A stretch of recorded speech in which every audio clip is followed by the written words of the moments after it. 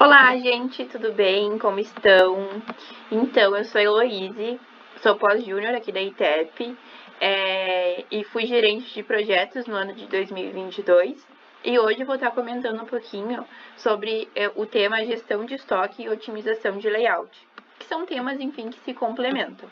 E o meu tópico que eu vou comentar com vocês são as principais dores dos clientes, né? Quando a gente faz o diagnóstico, o que a gente precisa identificar nesse cliente, nesse empreendimento, para que a gente esteja realizando esse serviço, né? Então, eu vou comentar um pouquinho da gestão de estoque e da otimização de layout, tá? Qualquer dúvida, qualquer questão, vocês podem entrar em contato com o setor de projetos ou me mandar uma mensagem no Telegram. Perfeito. Para a gente dar início, então, eu vou iniciar com as dores comuns dos clientes na parte de estoque, tá? Então, primeiramente, eu trago o estoque parado ou sem giro. O que seria, né? Seria aquele estoque obsoleto, seria quando a gente tem muito produto parado no nosso armazenamento. Por exemplo, a gente tem um armazém, a gente armazena lá os nossos produtos. Os produtos chegam, só que a gente não tem uma saída muito boa daquele produto. E ele acaba, né, ficando obsoleto, ficando dentro do estoque, sem girar. Então, ele fica lá ocupando espaço, fica lá parado. E isso aí é uma perda de dinheiro, né? Porque no momento que tu gasta para comprar o produto, tu precisa ter o valor de volta quando tu vender. E se a venda não acontece, o estoque fica parado, o produto fica lá, então tu fica armazenando dinheiro e tu não consegue ter aquele retorno de volta, né? Então, quando isso acontece, né, o interessante é ter uma queima de estoque, ter um feirão para vender esses produtos, para que eles não fiquem ocupando aquele espaço, né, sem necessidade, né? Nisso tu consegue liberar até mais espaço para produtos que tenham um giro maior, que tenham uma entrada e uma saída maior dentro do local. Eu trago estoque físico e estoque digital, uma diferença entre eles. Quando os dados não batem do estoque físico com o estoque digital, é porque a gente tem um problema de estoque, seja na parte física, seja na parte do sistema, né? É interessante, né? Um controle de estoque de uma empresa grande, ele é feito por um software. Então, o ideal é que os dados que, por exemplo, o pessoal da venda acesse aquele sistema, veja lá, eu tenho tantas toalhas no meu estoque, eu tenho 10 toalhas no meu estoque. Daí, o vendedor vende vende 10 toalhas. Ele vendeu as 10 toalhas porque no sistema tinha lá 10 toalhas. Quando o cliente vai retirar, não tem 10 toalhas no estoque físico, tem somente 8. Então, isso causa um problema para o cliente final. Então, as informações do estoque digital, do software do negócio, tem que bater com o estoque físico. Então, isso aí tem que ser seguidamente atualizado. Então, o produto chegou na empresa, chegou lá, o fornecedor trouxe o produto na empresa, eu preciso catalogar esse produto na hora que ele chega, lançar no meu estoque lá, no meu sistema, e colocar lá. Agora a gente não tem mais 10, a gente tem 15, porque chegou mais 5, por exemplo. Então, tem que ser feita essa atualização e esses dois estoques têm que bater, porque pode acontecer problema na venda, porque o pessoal da venda tem acesso ao sistema do estoque e nisso ele causa um problema na venda, né? Porque tu vende sem ter e daí causa o problema para o cliente final. Então, isso é uma dor muito comum para a gestão de estoque, tá? Aqui eu trago também falta de produtos ou excesso desses produtos, né? Quando a gente não tem uma previsibilidade de compra, né, ele se complementa muito com o próximo item, que seria a falta de previsibilidade para a compra dos produtos. Então, por exemplo, eu compro lá eu vou usar o exemplo de toalhas, porque é o que me veio na cabeça hoje, tá? Eu compro lá muitas toalhas, mas eu não tô tendo uma saída daquelas toalhas. Então, eu tenho um excesso daquele produto, um excesso de produto parado e eu não consigo ter uma organização legal do meu espaço. Na contrapartida, eu tô vendendo muitas panelas e eu tô com poucas panelas no meu estoque, então isso é um problema também. Então, por exemplo, as minhas quantidades de produto têm que ser baseadas nas minhas quantidades de venda. Por exemplo, se num período X do ano eu sei que eu vendo mais disso, eu tenho que ter mais disso no meu estoque. Então, por exemplo, os dados de venda têm que bater com os dados de estoque, né? Então, tem que ser algo que bata, que tenha uma informação ali entre os dois. Complementando essa questão de falta de produtos, quando eu não acompanho os dados do meu estoque, eu não acompanho lá que eu, por exemplo, que tal material está durando 2 semanas, tal material está durando 3, tal item dura 2 meses do meu estoque, eu não tenho esse acompanhamento do meu estoque, ele causa um problema muito grande, que eu não tenho uma previsibilidade de compra. E daí eu acabo comprando sem saber se eu realmente preciso daquele produto. E aí eu posso estar aumentando o meu excesso de produto, posso estar trazendo um aumento de estoque parado. Então, tudo se relaciona na questão do estoque, tá? Então, eu tenho que ter uma previsibilidade de compra. Por exemplo, eu tenho que saber que daqui a 2 semanas eu preciso comprar tal produto, eu preciso saber que daqui a 3 semanas eu sei que aquele produto vai acabar. Então, eu preciso ter esse controle de estoque, né?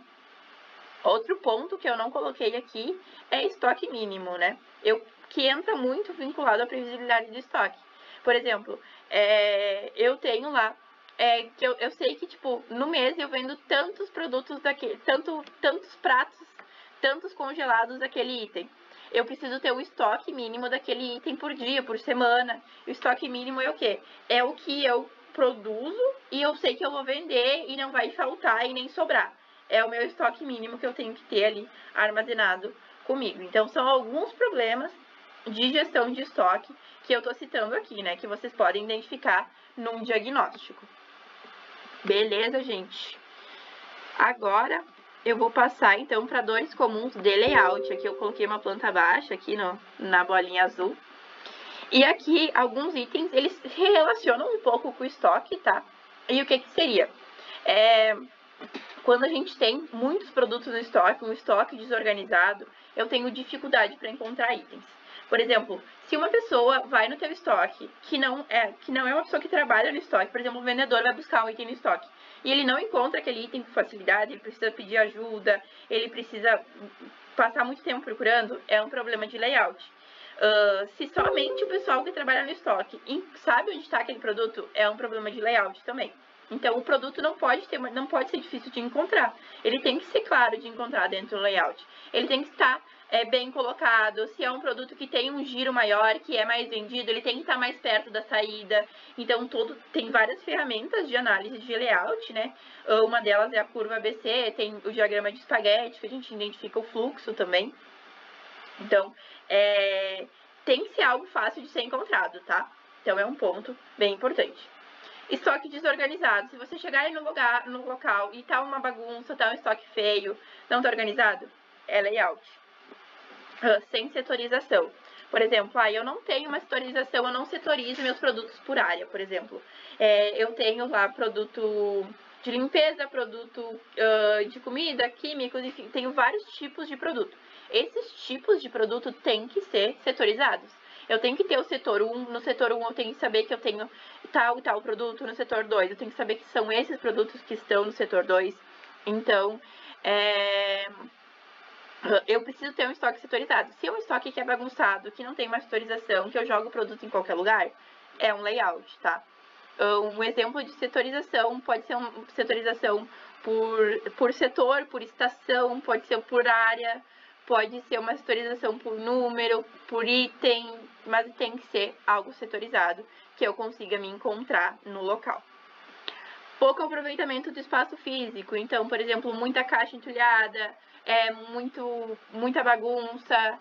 Eu tenho um espaço legal, mas eu não estou sabendo aproveitar esse espaço. Então, por exemplo, eu coloco o local das filas no meio das prateleiras. Então, tipo, tem coisas que, enfim, são óbvias, né? Mas eu tô trazendo exemplos aqui.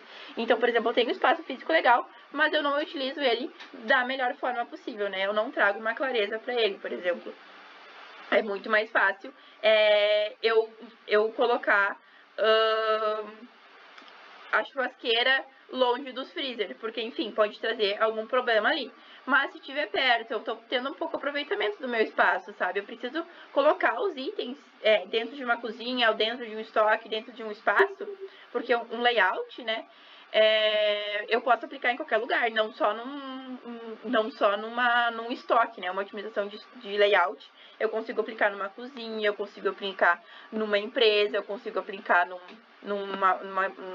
na parte das vendas, de colocar os produtos de uma forma mais atrativa. Então, eu posso aplicar em mais de um local, né? Então, eu preciso ter um aproveitamento daquele meio espaço físico. Então, preciso fazer com que, tipo, as coisas se encaixem, sabe? Por exemplo, no mercado. O mercado, ele é muito bem aproveitado, o espaço do mercado.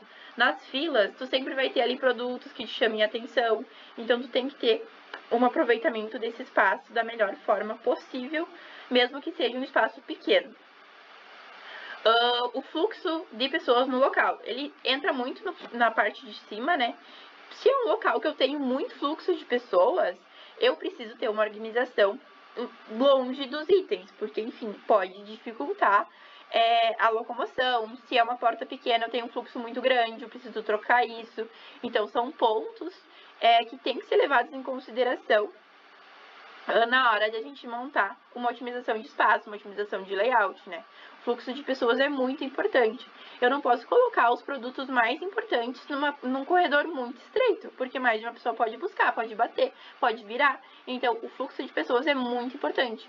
O diagrama de espaguete que eu citei anteriormente, que é uma ferramenta, ele leva em consideração esses fluxos, tá?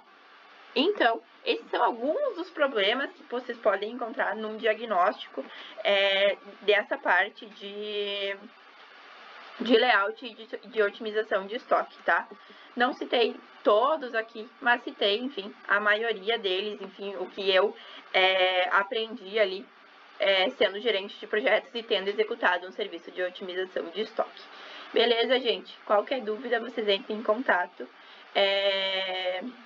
com o setor de projetos, comigo, é bem fácil achar o meu contato. E um beijo e bom estudo para vocês. Tchau, tchau!